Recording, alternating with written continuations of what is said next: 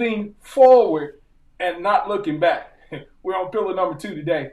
I can't wait to hear what God has to say to his church. Hit the share button, share with somebody, invite some folk to church right quick. Invite some of your friends, whether it be on Facebook, YouTube, or Periscope. Hey, I'm ready to give God the very best of my praise. Due to highly spiritual content, viewer discretion is advised.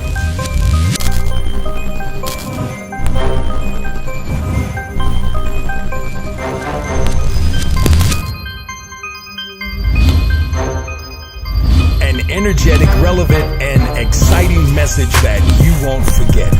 A word for your soul. Join us now as we hear words of inspiration that will change your life. Remember, change is good, but transformation is better.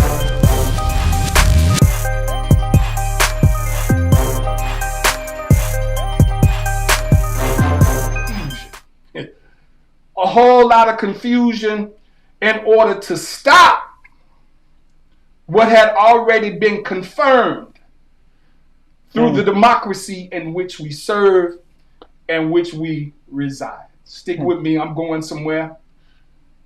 As I began to look at the news, I began to binge watch the news. I got a notification on my phone when the house opened, so I saw from the start to the finish, basically, of that day. I began to watch the proceedings take place, and I saw the objection. God's trying to show us that there will always be objectors in our lives. Amen. Amen. There will always be people that will object on what has been confirmed and what has been designated. Amen.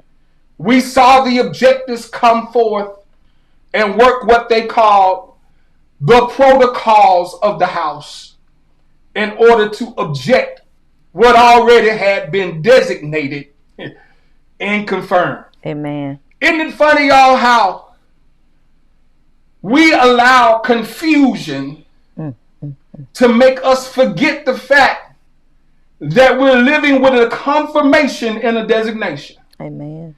Isn't it funny how we allow the noise to throw us off focus of what we're really here for? Amen.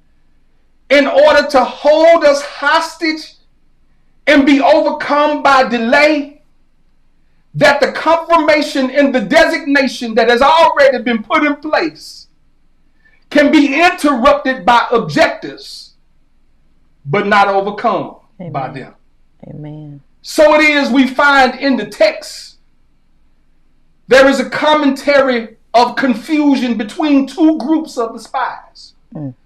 What was supposed to be military strategic to send a unit of 12 special forces into the camp in the land to spy out the confirmation, the designation, and the promise of God.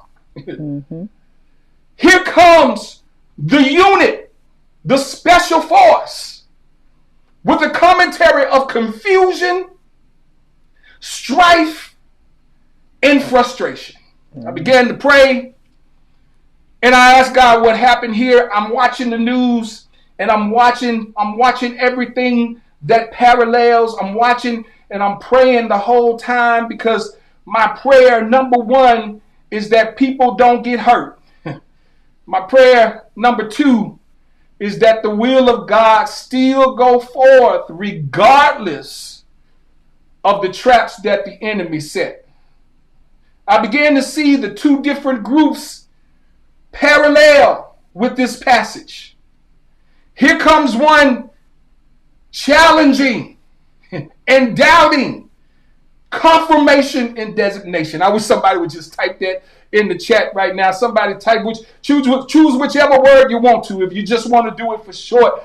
For some of you, God may be saying in your spirit confirmation. For some of you, God may be saying in your spirit designation. But I'm using both of them today because I hear God speaking into my spirit, both of them, confirmation and designation. It does not matter what you see, confirmation and designation. It does not matter. Nothing can beat, nothing can harm, nothing can come against confirmation and designation. I'm looking at this thing and I'm asking God, why would the 10 come back having seen what they saw?